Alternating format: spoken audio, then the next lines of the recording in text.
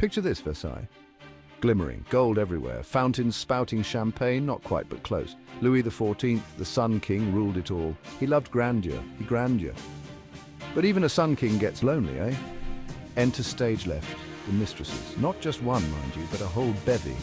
Yet one woman rose above the rest, a woman who'd make history blush, a woman who'd make even gasp. Her name? Madame de Montespan. Our story, dear reader, is a right royal romp. We'll delve into love, scandal, and the small matter of poisoning your enemies, all against a backdrop of wigs so tall they'd make a giraffe jealous. Ready? Onwards! Françoise Athénaïde de Rochechouart de Mortemart, Marquise de Montespan. A mouthful, isn't it? But then she was a woman whose name was destined to be remembered. But then she was a woman of considerable assets. Beauty? Check. Her looks were the talk of the court, a blend of grace and allure that turned heads wherever she went. Wit, sharper than a Versailles fencing match. She could parry words as deftly as any swordsman could wield a blade, leaving her audience both entertained and in awe. Ambition, oh, you bet your powdered wig she had that. Françoise was not content to merely exist in the shadows. She aimed for the stars, and the court was her stage. See, Louis had a queen. Lovely lady, but not quite the firecracker our Françoise was. The queen was serene and composed, a picture of royal decorum. But she lacked the spark that made Françoise unforgettable. So when she caught the king's eye, it was as if the sun itself had turned its gaze upon her. Well, let's just say Louis wasn't about to be shy. The Sun King, known for his own grand ambitions and desires, found in Françoise a kindred spirit. And Françoise? She knew an opportunity when she saw one, glittering under the chandeliers. She was quick to seize the moment, understanding the power dynamics at play.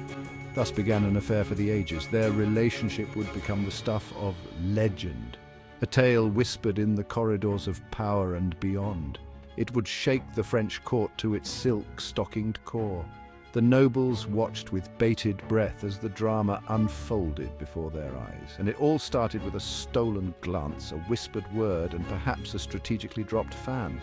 These small gestures set the stage for a grand romance. The games people play. In the court of Louis XIV, every move was a calculated step in the dance of power and passion. Being the king's mistress, he had several, bless him, wasn't all bad. Françoise got the best apartments. Think Versailles penthouse suite. Her wardrobe, to die for, literally. And the jewels, diamonds bigger than Louis's ego, which, trust me, is saying something. Of course, court life was a hothouse of gossip. Everyone whispered about Françoise and Louis. Some were jealous, some were scandalized. But Françoise, she rose above it all, carried by her wit and a healthy dose of "I'm sleeping with the king, so you better be nice" attitude. But behind the glitter there were cracks. Being a royal mistress was a precarious position. The king's eye could wander, and wander it did. Oh dear, what's a girl to do? This is where things get truly dramatic, folks. The grandeur of the palace, the opulence of the court, all set the stage for a tale of intrigue and betrayal. Enter stage left, the affair of the poisons. A scandal so shocking it would forever change the course of French history. Dark magic, love potions, and sinister plots brewed in the shadows. Alchemists and sorcerers worked their dark arts, creating concoctions that could bewitch or kill. Poisonings. It was all kicking off in the shadows of Versailles. The very heart of the French monarchy was under threat from within. Françoise, desperate to keep Louis's affections, got caught up in the whole sorry mess. Her love for the king drove her to desperate measures. Now, did she actually order anyone poisoned? Historians still debate that. The evidence is murky and the truth may never be fully known. But being associated with black masses and sorcerers, that was enough to tarnish her reputation forever. Not a good look, darling, not good at all. The court was scandalized. Whispers and rumors spread like wildfire. And the scandal rocked the court. Heads rolled, literally. Executions and imprisonments followed as the king sought to restore order. But Françoise, well, she was the mother of several of Louis's children. Her position afforded her a certain level of protection. That bought her some leeway. The king's affection for her and their children shielded her from the worst of the fallout. The affair of the poisons showed the darker side of love and ambition. It was a tale of power, jealousy, and the lengths people would go to secure their place in the world. It was a stark reminder that even in the most gilded cage, danger lurked. The opulence of the palace could not hide the rot within, and sometimes the greatest threat came not from outside but from within. The very people you trusted could be your undoing, in a world where power and betrayal went hand in hand. Even the most passionate affairs cool eventually, and so it was with Louis and Françoise. His eye wandered again. A new woman, Madame de Maintenon, entered the scene. She was pious, devout, basically the opposite of Françoise. Our fiery marquise was heartbroken, of course. I had borne him children, entertained him, even dabbled in the dark arts for him. But Louis was moving on. He even made Maintenon his morganatic wife after the Queen died. Oof, that's got a sting. Françoise retreated from court, her reign as favourite over. It was the end of an era, a bittersweet ending to a love affair that had captivated and scandalized an entire nation. So, what became of our protagonists? Louis, of course, went on being king, the Sun King, until he finally carked it in 1715. Françoise lived out her days in relative quiet, dying in 1707. But their affair? Oh, that lived on in whispers, in history books, in the very stones of Versailles.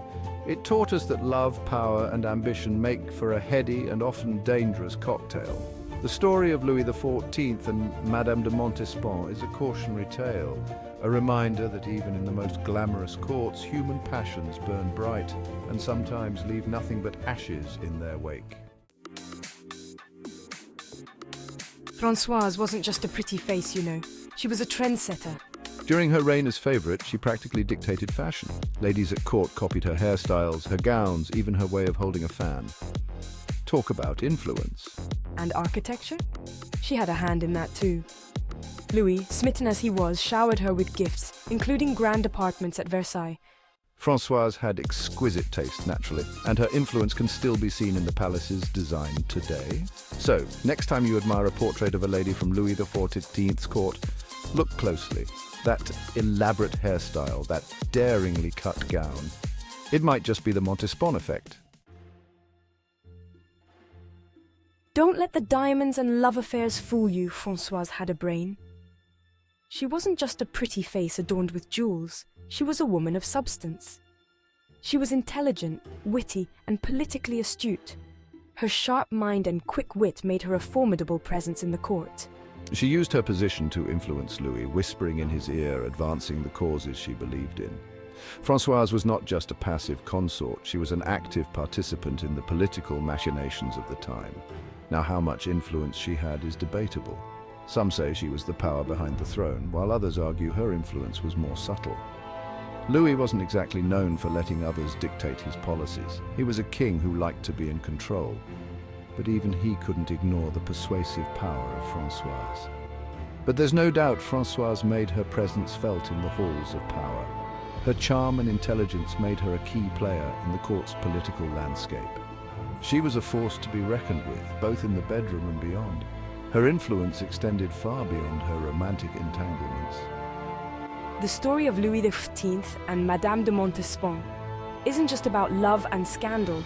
It's a tale of power, strategy, and the subtle art of influence.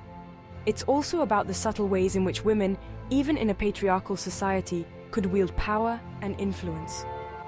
Françoise's story is a testament to the fact that intelligence and wit can carve out a space for power, even in the most unlikely of places. It's easy to get caught up in the grandeur and the gossip, but at the heart of it, Louis and Françoise were just two people, flawed and complex, trying to navigate love and life in an extraordinary setting. Their story is a reminder that even kings and mistresses experience heartbreak, jealousy, and loss. Françoise's fall from grace, her eventual banishment from court, is a poignant reminder that all good things, even passionate love affairs, must come to an end. Behind the glittering facade of Versailles, real human emotions played out, and that, perhaps, is what makes their story so enduring, so relatable, even centuries later. Louis XIV's reign and the scandals that rocked it continue to fascinate us. The opulence, the intrigue, the sheer drama of it all, it's like a soap opera, but with better costumes. The story of Louis and Françoise is a reminder that history is made up of not just dates and battles, but also of the loves, the losses, and the scandals that shaped the lives of even the most powerful people. So, there you have it. A whirlwind tour of love, scandal, and poison in the court of the Sun King. Remember, dear reader, history may be written by the victors, but it's the gossips who keep it interesting.